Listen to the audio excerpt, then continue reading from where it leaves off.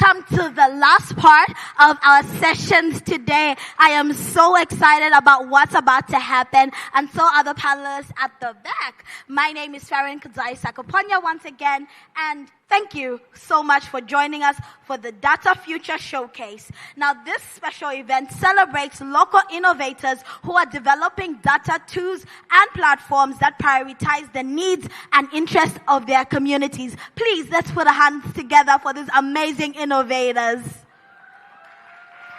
Woo. We have an exciting lineup ahead, and to kick us off, I am privileged and humbled to invite J. Bob Alota of the Mozilla Foundation to the stage. Thank you, thank you, thank you. Welcome to our Community Plenary and Data Future Showcase, licensing for communities on Common Voice and beyond. Okay, we are definitely in for a treat. This session is like a little bit Shark Tank, a little bit Mad Scientist, a little bit Nerd Fest, a lot of it Nerd Fest, and you get to play an active role in this work. This is actually the third time that we've had this showcase. The first time was at MozFest House Kenya, then in Amsterdam, and now here in Zambia. So much of Mozilla's work, as I'm sure you've heard over and over and over again, so let me be the 100th time you hear it, it's centered around humanizing technology. While there are many doorways into ensuring developing ethical artificial intelligence, data sets are a core mechanism by which to influence the development and deployment of AI. So, the four presentations you are about to see are real-life case studies of people taking control of their data and claiming agency around AI. Each project focuses on a tool or framework to enable sharing and licensing data in ways that align with their community's preferences. The projects come from across the continent and provide different mechanisms to govern data that benefit and preserve culture and shared values. What you may not know is centering communities' needs through licensing and data acquisition is an ongoing pursuit for Mozilla Common Voice. And this episode of our Data Futures, and I know you didn't know that you were on like the greatest TV special ever, but you are. This episode of our Data Futures Showcase is indeed a collaboration with Mozilla Common Voice, which is the world's largest, most diverse, crowdsourced, multilingual, open speech corpus, which is a mouthful, which is ironic. So now I'm going to hand it over to Miguel Morachimo to get us started, and I hope you have a great time, and I'm so excited for the show. Miguel. Thank you, Bob. You're welcome. Hello, everybody. How's everybody feeling? Good evening. So, my name is Miguel Morachimo, and I'm a program officer at the Common Voice team. And it's my pleasure to welcome you all to the new edition of the Data Future Showcase, presented by Skull Foundation here at MozFest House, Zambia. Isn't that exciting? So, this special edition of the showcase is called Licensing for Communities on Common Voice and Beyond. And it's a collaboration between MozFest and the Common Voice team. We're excited to introduce projects focusing on creating tools and solutions that help communities protect, revitalize, and make the most of their data. This could include data about their language, their environment, traditional knowledge, and more.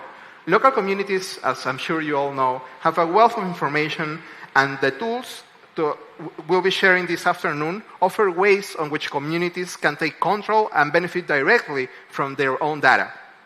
This is a question, by the way, that we at the Mozilla Foundation and Common Voice, our open source multi-language data set, we are exploring throughout the year in a larger research project supported by GIZ Fair Forward, to whom we are thankful as well. So over the next hour, you'll meet 4 talented experts from different parts of Africa. Each one of them will tell you their story and will come up on stage in just 5 minutes, if you can believe that, pitch their project to you and to our panel. You see the size of this stage. It's not easy to come on top of this and present you with our work. So we ask you all to be super kind and super cheerful for each one of them. And after each presentation, our panelists will make questions, provide feedback, and hopefully help us understand better what we just saw on the presentation. So we are excited to hear from our panelists, but this is MozFest, and there is no MozFest without the participants, without the community that attends MozFest. So there's also a mission for you during this hour. You'll have a chance to vote for the project that you think can have the greatest impact for the data of an African community. So as you're watching the presentations, as you are hearing the thoughtful comments from our panelists, think about this question. Which of these projects could have the biggest impact on an African community's data? After the 4 presentations, you'll have the chance to vote. And the project with the most votes will receive a special invitation from the Mozilla Foundation to present at MozFest Global next year. Isn't that exciting? Yay. We're going on a trip. Okay. Before we welcome the projects, I want to let our panelists introduce themselves. So please, if you can take turns and tell us who you are, and we're excited to have you here. Hi, everybody. My name is Jess Flutie. I come from the Skoll Foundation, which is a private foundation that was started about 25 years ago by the first president of eBay. And we now fund globally across a number of issue areas, including climate, health, democracy, and information integrity, among other things. We're pleased to be here. Hi, everybody. I think I met you earlier. I'm Hugh Malozzi. I'm the president and CTO of the Buy Nothing project. I'll just make a big plug-in. Please check out the Buy Nothing app. But I'm also on the Mozilla Corporation board, and I'm really happy to be here. Hi, everyone. My name is Daniel Brummond. I work for a project called Fair Forward, Artificial Intelligence for All, run by GIZ on behalf of German International Development Corporation. And yeah, we have the privilege of working with partners in Africa and Asia to make AI more inclusive, more open, and more sustainable. I'm super excited to be here. Hi, everybody. My name is Gina. I am a lecturer at the University of South Africa. I am also a researcher at the Center of Augmented Intelligence and Data Science, which is part of University of South Africa as well. Thank you. Let's please give a round of applause for our panelists. We gather them from the broader Mozilla community of funders, technologists, builders, researchers. So we're excited to have them with us. So remember, let's be kind to our presenters. They are super smart. They are super charming, but probably some of them might be intimidated by this space. So let's give them a warm welcome. The first project that we want to hear is from a team that is developing a platform where community-focused data sets can be managed and utilized in a way that aligns with local values and social good principles. Please welcome to the stage Albert Jorge Cajira from Datawise.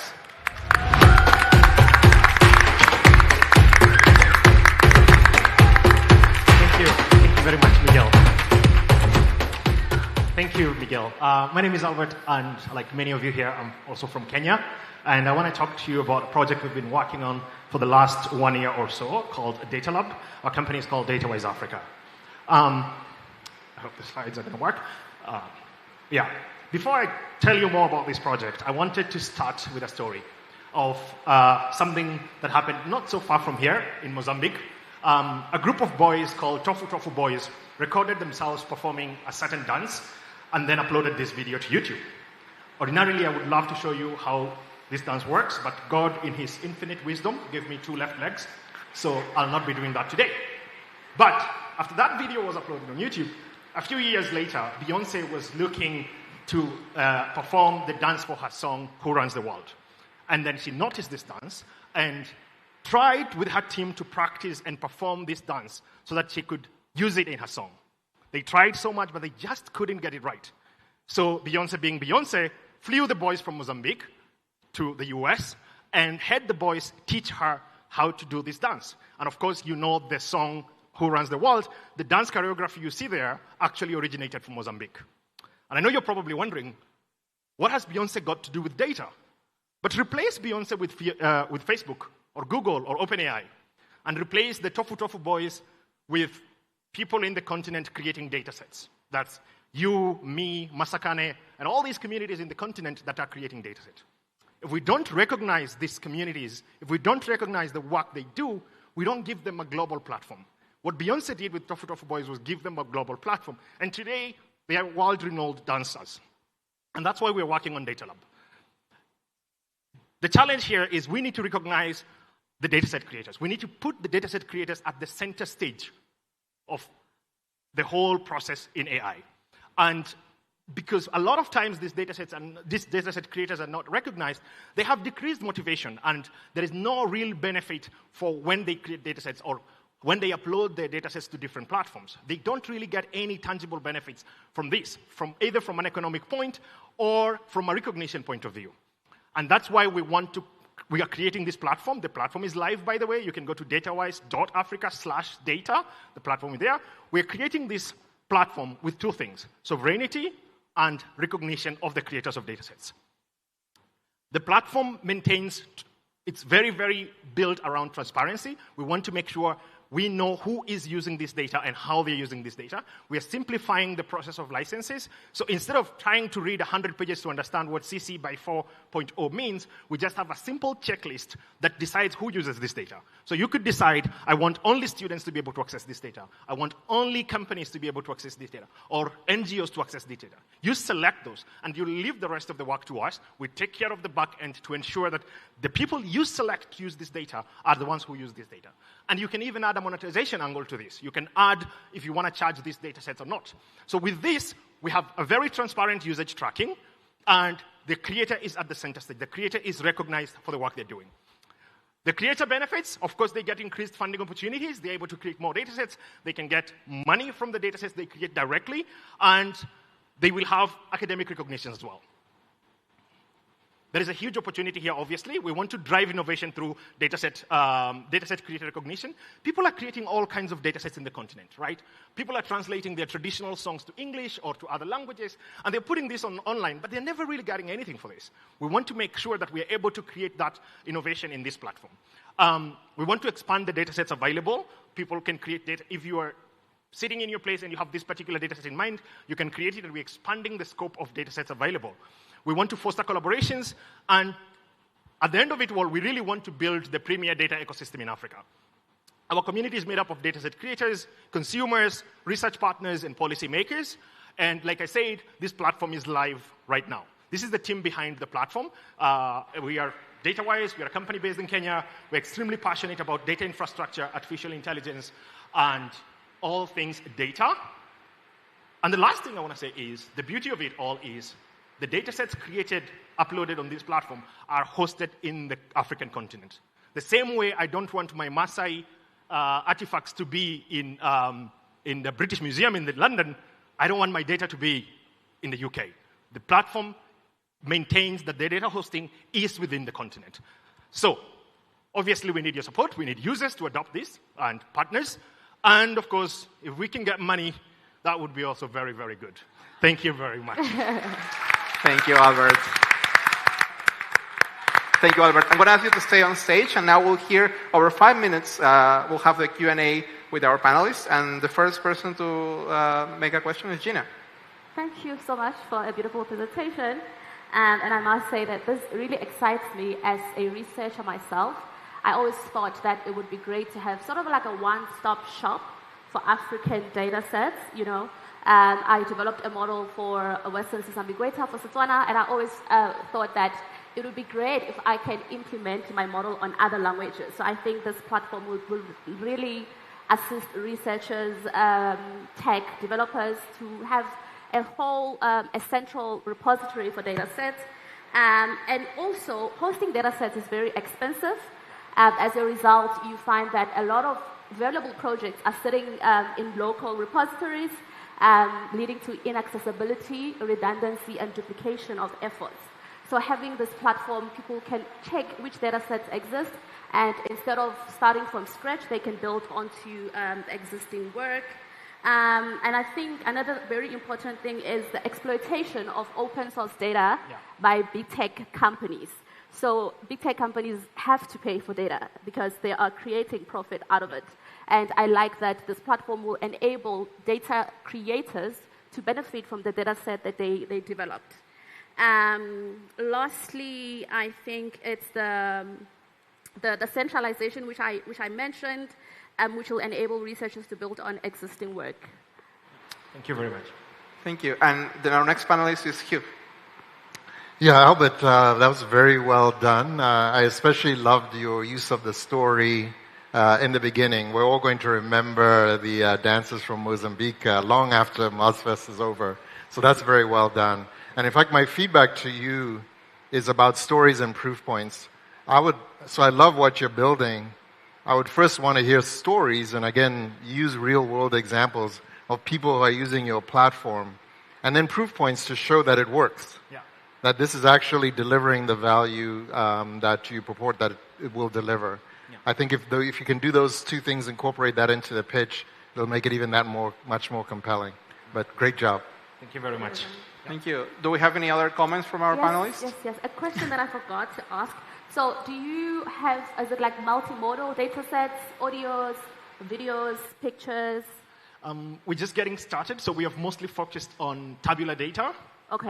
Because that's easy to curate and everything. Okay. And at the same time, we are building our actual hosting capacity. So we have ordered some servers and all this, as you mentioned, right? Hosting is quite expensive. Yes. We're still ordering the infrastructure to be able to host videos and this kind of things. Okay. But for now, we have focused primarily on tabular data. Yeah. One, because of cost, and two, because we're still purchasing the infrastructure required for this. Like I said, we want to make sure that the hosting platforms are based in the continent. Yes. So that takes a bit of time to get the logistics in order.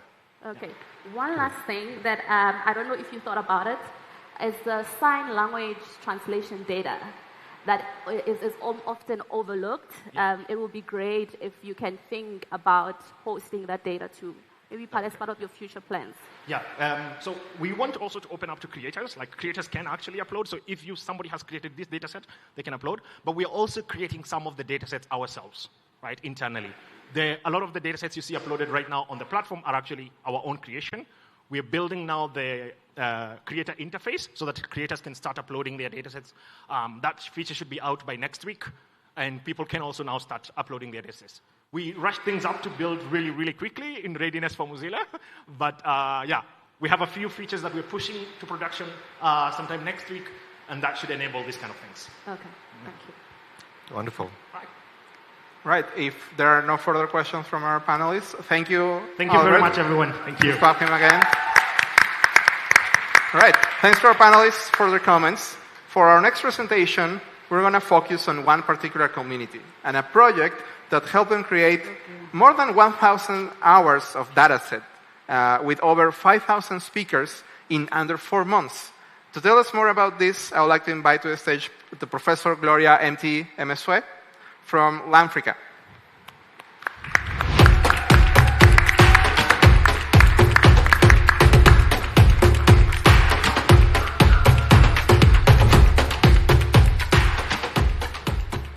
Ndewondo. You are all on African soil. So when I say Ndewondo, please you answer Ndewo. Ndewono. Ndewo. You'll all agree with me that if only we had voice technologies in African languages, you would have all understood what I said when I gave my greeting of Ndewondo, which simply means, may it be well with you. From the UN statistics, Africa has over 1.4 billion people. And these 1.4 billion people speak one form of language or the other. That is the power of spoken speech. That is why we say our language is our strength. But unfortunately, all these languages and all these people speaking it are disenfranchised because we do not have voice technologies or robust ones in African languages.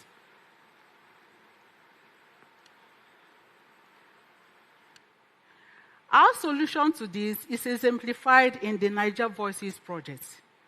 We are Lafricas, we are data creators. In the Niger Voices project, we successfully created 1,800 hours of audio datasets in 3 Nigerian languages within just 4 months. And within this period, we interacted with over 5,000 people. And what was our secret? Simple, it is the Lafricas ethos of data farming. Data farming is different from data mining.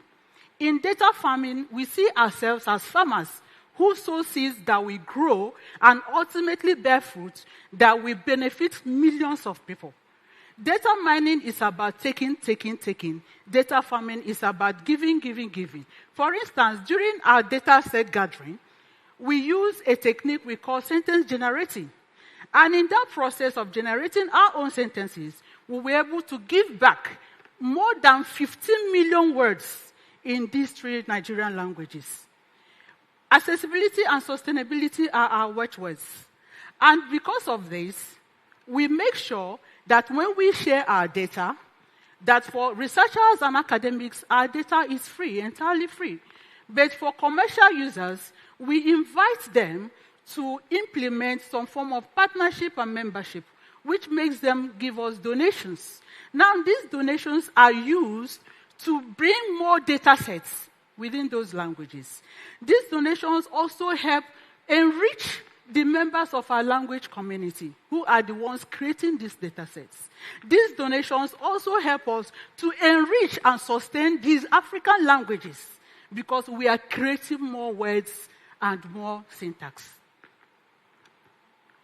Currently, we are expanding our data farming policy to other African languages via what we call Voice Africa.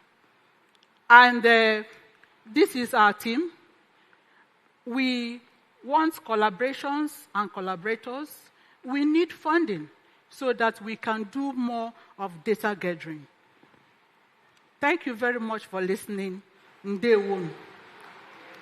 Thank you, Professor Gloria. I'll ask you to stay on stage for the Q&A, and the first person will be Daniel. Thanks, Miguel, and thank you, Prof. Gloria, for that presentation. Maybe 2 things that I really loved about it was, firstly, the fact that you used data farming as a metaphor as opposed to data mining, because the challenge is narratives, and the way that we speak about data really matters. Metaphors like data is the new oil that were popular a few years ago are very dangerous because they make it sound like a resource that's up for grabs. And I think what you beautifully showed is that data is created by someone, and in this case, especially when you talk about language data, it's created by communities. It includes community values, community cultural artifacts, and all of that. And what I felt was that you're placed, by using that metaphor, you're placing data into community care, which I really appreciated. The other thing I found really impressive is the fact that you were able to mobilize a community in such a short amount of time to create an impressive amount of data. And this is a lot of work. From the work that I was privileged to support a while back, it takes time to do that. So it shows also how deeply invested you are in the communities, I believe. The question that I would have is whether in that work you learned something about incentives or maybe aspirations that people who were contributing to the data set had and why they contributed it, and maybe if you heard that, in what ways you may respond to those aspirations. Thank you very much. The data farming policy that we have in Lafricas enables us to work with language users. Normally, when people are gathering data, there's a tendency to move with the educated ones, the linguists. But in this scenario, most often, in fact, we incorporate everybody, but especially the owners of the language. Good. So we start by explaining what AI is all about and why they need to get involved. And I think that becomes a form of inspiration for them to totally come into it and even bring their brothers, sisters, relations, and all that kind of thing. So that is the kind of chain we've been able to establish. And that has helped us to grow our language community. It's such that even those we have now, we have people that didn't participate directly in the Niger Voices project or the current project we're doing.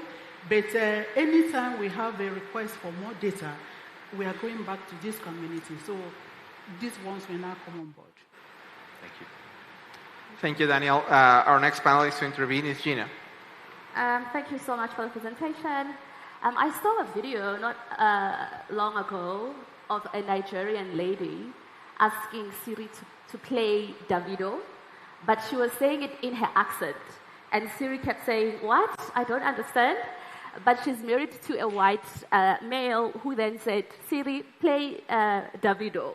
And then Siri played Davido. So this is very important work. I mean, we need to be able to interact with the systems in our own natural accents.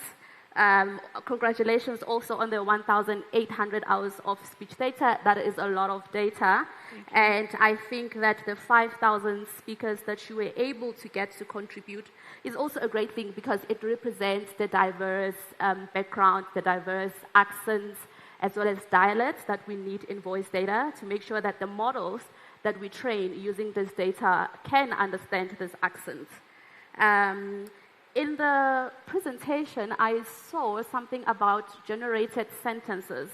Are you using, is it like read speech? What we mean by sentence generation is human beings forming sentences based on some themes and prompts. What we call themes and prompts, guiding themes and prompts. Then, naturally, you tell us what you have around that theme. Okay. So that's what we mean by generating sentences. So instead of scraping what is online, we actually create new sentences based on some themes and prompts. And by doing that, we also to cover areas that are usually underrepresented, like the disabled, or conversations about women, children. So we're able to cover all those areas in the Niger Voices project. Okay. So I was actually about to recommend perhaps a collaboration with Common Voice. I know that they are working on launching spontaneous speech, which captures more of a natural way of speaking, sort of conversational data. So maybe that's something to look into. Yeah, we will do that. Okay. We'll do that. Thank you very much. Actually, just on that point, I was just curious if you have looked at Common Voice and maybe if there are any distinctions and if there's opportunities to work with Mozilla. Yeah, we will look at Common Voice again. Actually, when we did the Niger Voices project, because of time, we wanted to use the Common Voice platform. But we discovered that because of data or service providing for network in Nigeria, and then the people we wanted to come into this project, to load, when they're trying to load the Common Voice, it took a lot of time. So they were complaining. So we just had to get another platform that loads very fast and then can just do what we want it to do. But that's why I say we will get back to Common Voice to still look at what we can do with it. That's great. Well, that's good feedback for the Common Voice team. Thank you. Thank you. Thank you, Professor Gloria. Please, another round of applause for Professor Gloria.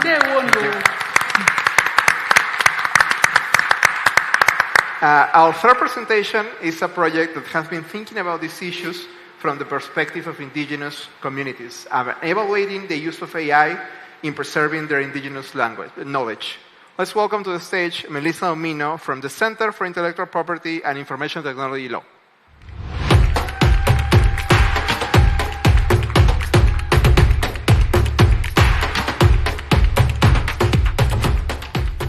Good afternoon, everyone. My name is Melissa, and I'm here to tell you that African indigenous knowledge does not exist in a vacuum, and it is not free for all. Indigenous knowledge refers to that body of information that relates to the traditions and cultures of local communities.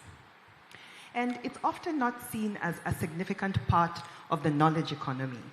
But there's been a lot of extraction that's been happening recently with emerging technology and indigenous knowledge. The Maasai are a very popular local community in Kenya, and we share them with Tanzania sometimes. And they're known for their wonderful culture, their intricate beads, their colorful clothing, and their athletic moves. And their images have been used for a number of years to sell products in the Western world. They have generated millions of dollars from the images that are used. But do you think that these dollars trickle back to the Maasai community? Now, that is part of indigenous knowledge and culture. We've also heard today a lot about language. Language is part of traditional knowledge and culture. A lot of it is being collected currently as we speak. And This also is part of how the traditional and the modern are moving together. These indigenous languages help with technology, but there's something called the JW300 dataset. Have you heard about it? You need to Google. That is a collection of African languages that have been translated, but African indigenous communities do not have access to that data. So, when CIPIT found out about this, we decided to come up with what we are calling a methodology, a checklist methodology, which would help African researchers to collect indigenous knowledge from communities in an ethical and responsible way. And our methodology centers the community. It is community-centric. What does that mean? It means that as you're collecting this data, you have to ensure that there's informed consent from the community. Informed consent. You also have to ensure that there's cultural integrity. You maintain the vision of the community in terms of the culture, who are the custodians of this information. You also have to have community-led governance, or what people like to call data sovereignty.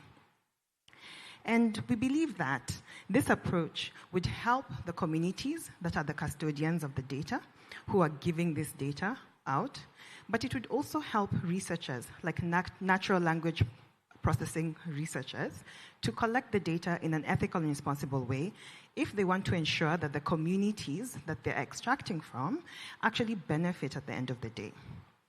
We also think that this community can be wider. We have a vision for our checklist. We believe that our checklist can have an impact of being a global precedent for other indigenous communities around the world, not just those in Kenya. And if it's done ethically and responsibly, then we are helping to solve African problems using African AI. Now, who built this? Other than me, there's a wonderful team at CIPIT. That team is divided into the AI team that were directly involved in the checklist methodology. We also have a data governance team that helped us think about the collection of the data. We have an IP team, and we have the most wonderful admin support team, without whom we could never work. What am I here to ask you for? I'm here to ask all the researchers to utilize the checklist methodology. As you're going into these communities to collect data directly, use it. How is it functioning? Does it make sense? Does it not make sense? Are you only collecting language data? Is there something else you're collecting that we can help further the methodology to capture? Are there things that we need to explain?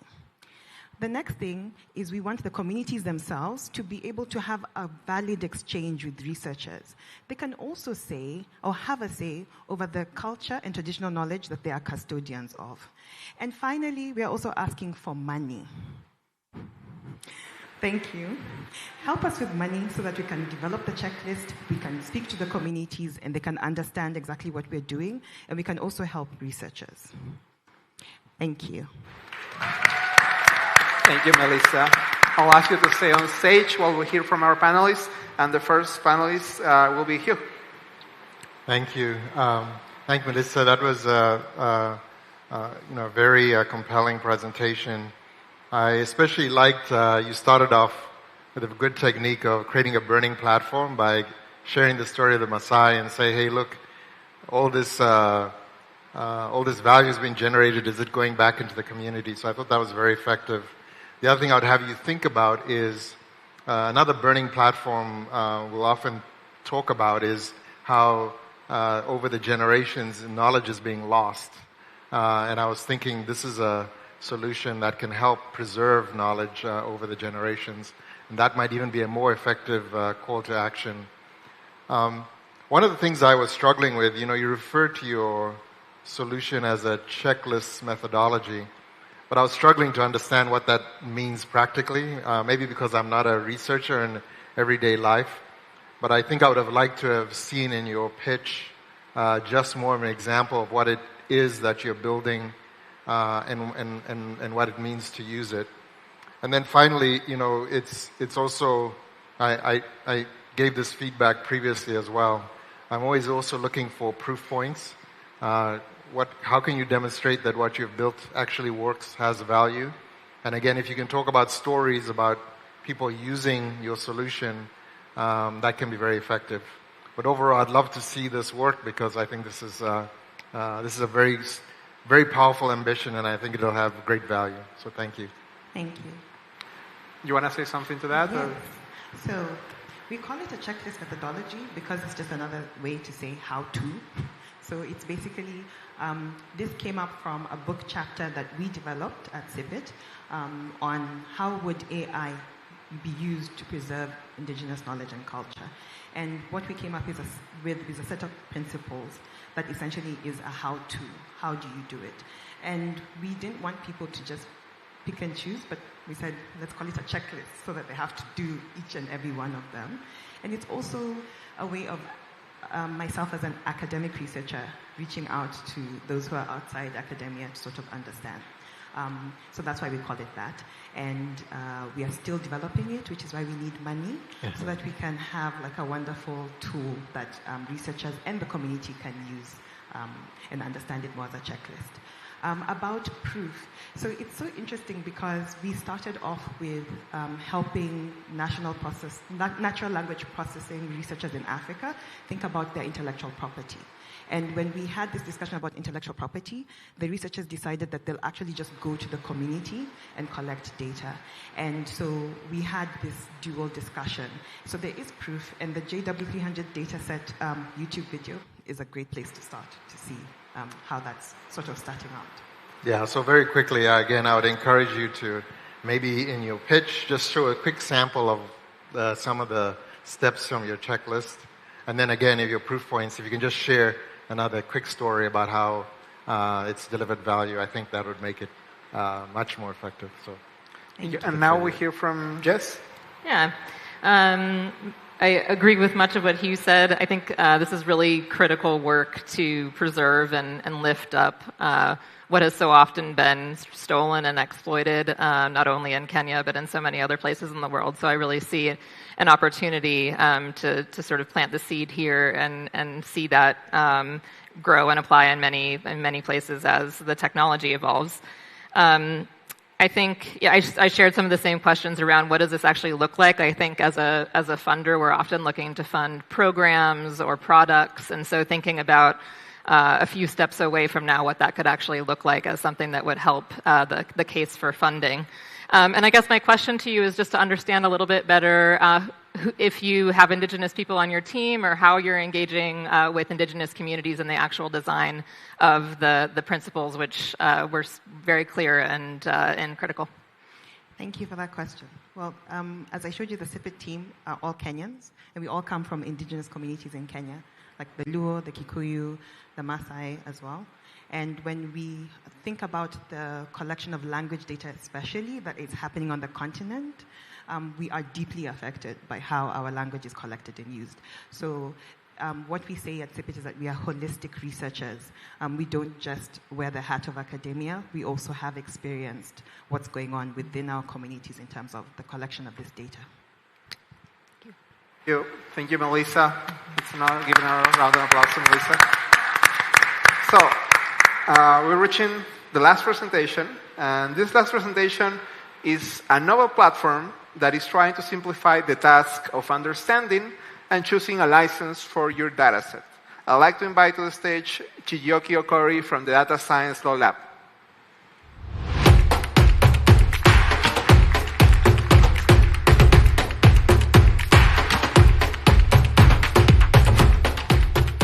Hi, everyone. Hi. Okay, thank you, Miguel, for the introduction. So I'm here to talk about Nwulite Obodo, Open Data License. So Nwulite Obodo is Igbo, I'm Igbo, for community raising, community development. And I head the Data Science Law Lab, and I work at the University of Pretoria. So imagine that there's a property in the south of France that Miguel and I want to buy, and the property is $10 million.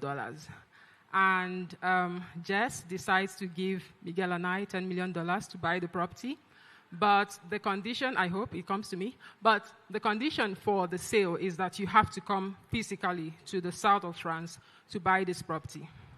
And I have a private jet, and Miguel doesn't. What will happen is that I will get to the south of France and pay for this property before Miguel's flight out of Lusaka is announced. That's exactly what happens with using current open data licenses to share African data sets. You have people who have users who have access to data sets, and they are like Miguel and I with $10 million each. But some have private jets, some have access to compute, some have resources that enable them to quickly and efficiently make use of those data sets. And what then happens is that you try to solve this problem with combining different licenses, but the collabo is not happening. Also, you try to do bespoke licenses to address this issue, but you have lack of access to legal expertise to do so. And so what ends up happening is that the communities that created these data sets end up paying for products that are built on the data sets that they created. And so we try to solve this problem with the Nwulite Obodo Open Data License, which is essentially a license that offers a standardized way to grant differently situated members of the public the permission to use data sets. And it does this by creating one license agreement that handles different classes of users in a way that addresses their context and differences. And it does that by giving different users different conditions.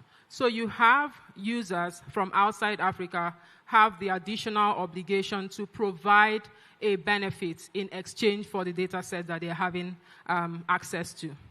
And this addresses the communities of data set creators in Africa, funders of data set creation projects, data set users in Africa and outside Africa as well.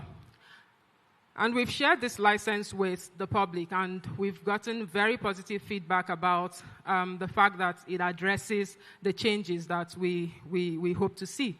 But also, we've gotten questions around what about other ways of differentiating between different classes of users instead of developed versus developing country approach? What of a sectoral approach? What about the limiting effects of the share-alike obligations? What about the limiting effects of the exchange obligations? And we're taking all this feedback into consideration as we work towards the final version of the license. But this is the team that we have at the Data Science Law Lab.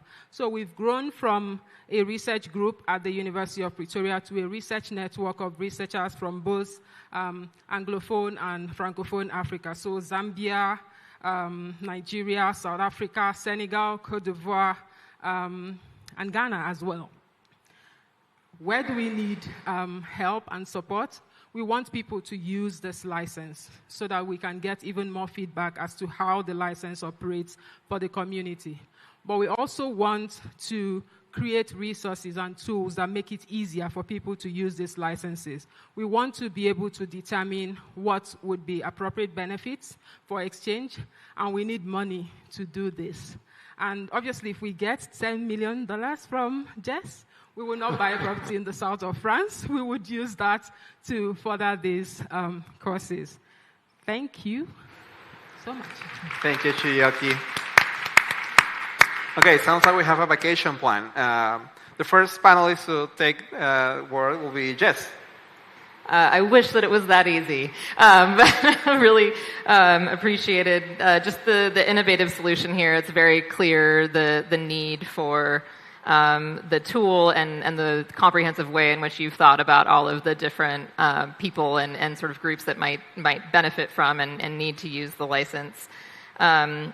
And, I see as a funder thinking about, many different projects that might come to us, a real value in steering other nonprofits or researchers or other institutions toward using a tool like this to ensure kind of more ethical use of data.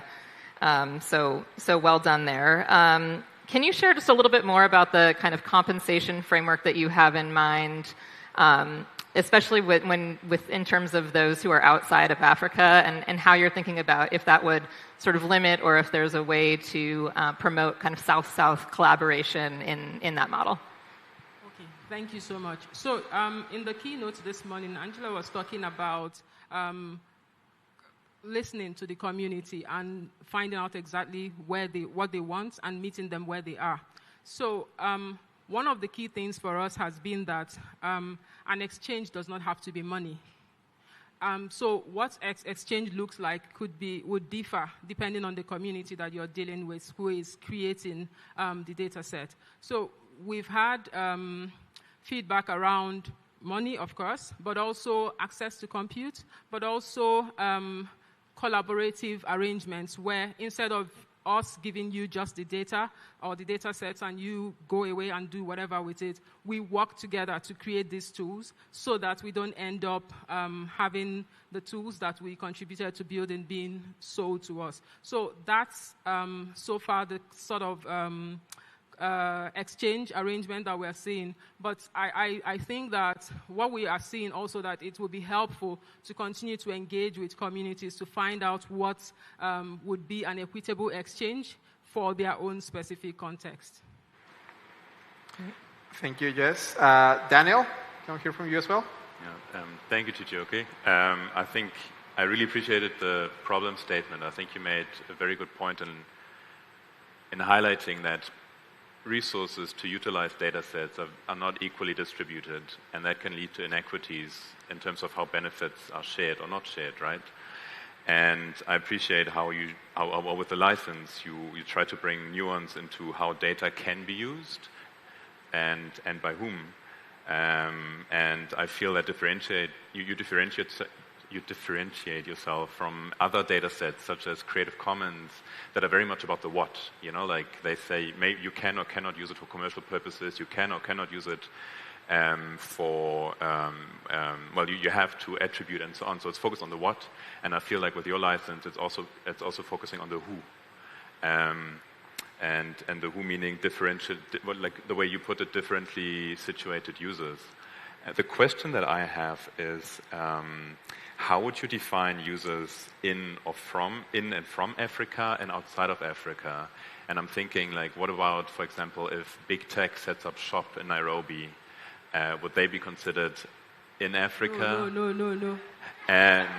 And what about African academics that are studying in Germany, contributing to NLP? Would they be outside of Africa? I think I know what your answer is. I think maybe that's something you can work out a bit more clearly in your pitch. I think that's part of the feedback that we've gotten from other quarters as well.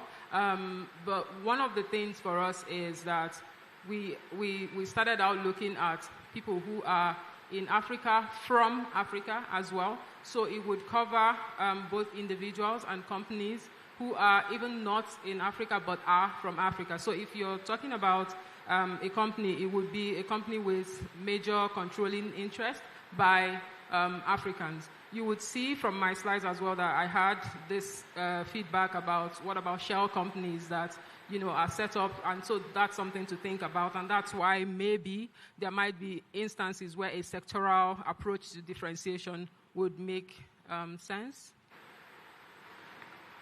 All right, let's thank once again Chijioke, and thanks for our panelists. Okay, now comes the part that maybe you all have been waiting for. Comes the voting part. Remember, the question we are asking you to answer is, which of these projects could have the biggest impact on an African community's data? And in answering this question, I'm asking you to consider not exclusively the impact that these projects have already shown you on screen in their presentations, but also consider the possibilities of using these models, of these projects being extrapolated from where they originated and spreading across the continent and making a bigger impact in an African community data. So That's the question. There is a QR code on the screen. There's also a website that you can go to and enter a code. Everybody can vote. Please just vote once. Even those who are following on the live stream can vote as well.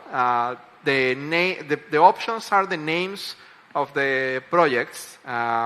So if you need a refresher, the first project was Datawise Africa. The second project was Lafricas. The third project was the Center for Intellectual Property and Technology from Strathmore University.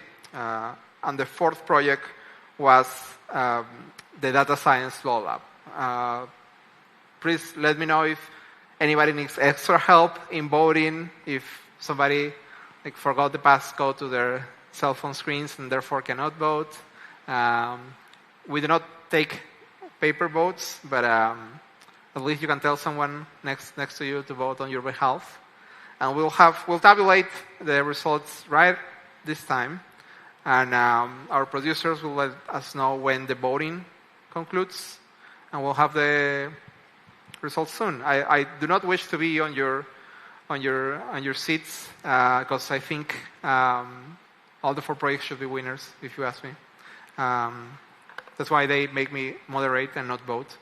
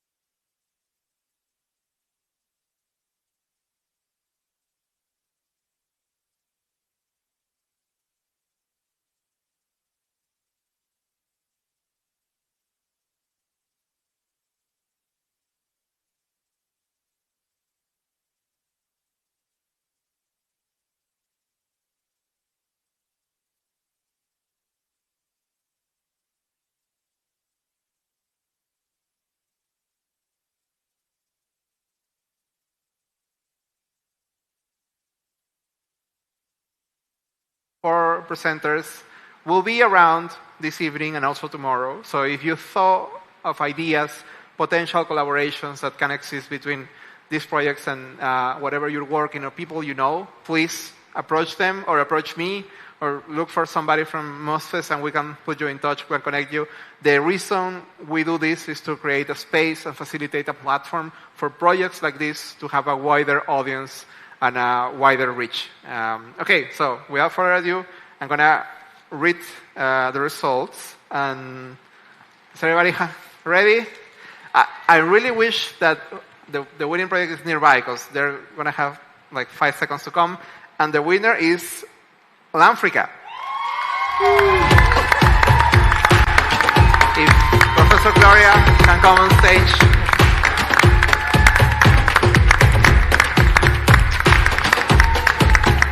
If you want to say a few words. Wow. Thank you so much. Thank you so much for your support. Thank you, Mozilla, for organizing the MozFest. This is my first time of attending this. And I must confess that I really appreciate the attempts to bring out the important values in Africa. I've looked at it from the arrangement to many of the decorations and everything. It's really awesome. Thank you so much. And thank you, our wonderful members of the audience, for being here and for contributing in all ways and every way possible. May God bless you abundantly. This will help us to keep getting more valuable data, and by God's grace, very soon, we'll be able to do voice notes on WhatsApp with our African languages, and we won't need interpretation, because when I speak in Igbo, anybody can hear me in Kiswahili or any other 2,000 African languages. Thank you so much, and may God bless you abundantly. Thank you, Professor Gloria. Thank you very much. Thank you. And as you know, the winning team will receive an invitation from us to present at MozFest Global next year. You can come back to your seat. So, as I was telling you, building new platforms, building new tools like this is not easy, and particularly you're competing with big tech. You have a lot of things against you. So, if there's something that you from our audience can do to support these projects, to put them in touch with contributors, funders, technologies, builders, designers, journalists, please take the opportunity to do so. This is why we do it, and this is the biggest prize that each of you can give to your favorite project or to all of the projects. To finalize, I would like to acknowledge that this is our third live Datawise showcase, and we're still experimenting with the format. So if you saw something that it didn't play well with you in terms of interventions, moderation, selection of projects, please let us know as well. We'll be happy to take your feedback. I want to thank our panel of experts. Please a round of applause for them. Aren't they awesome? Who share their time and knowledge with us on stage. At the same time, I would like to thank our showcase presenting sponsor, the Skull Foundation, for their support. And lastly, I want to send a huge thanks to the team of folks who are involved in organizing this, from MozFest team, from the Common Voice team, from the Data Futures Lab team. We've been working on this for several months already. It doesn't look like much, 1 hour, but it takes a lot of work. So my thanks to everybody who's working behind the scenes to make this happen. And I've been Miguel Morachimo, and it's been a pleasure to be with you. Thank you.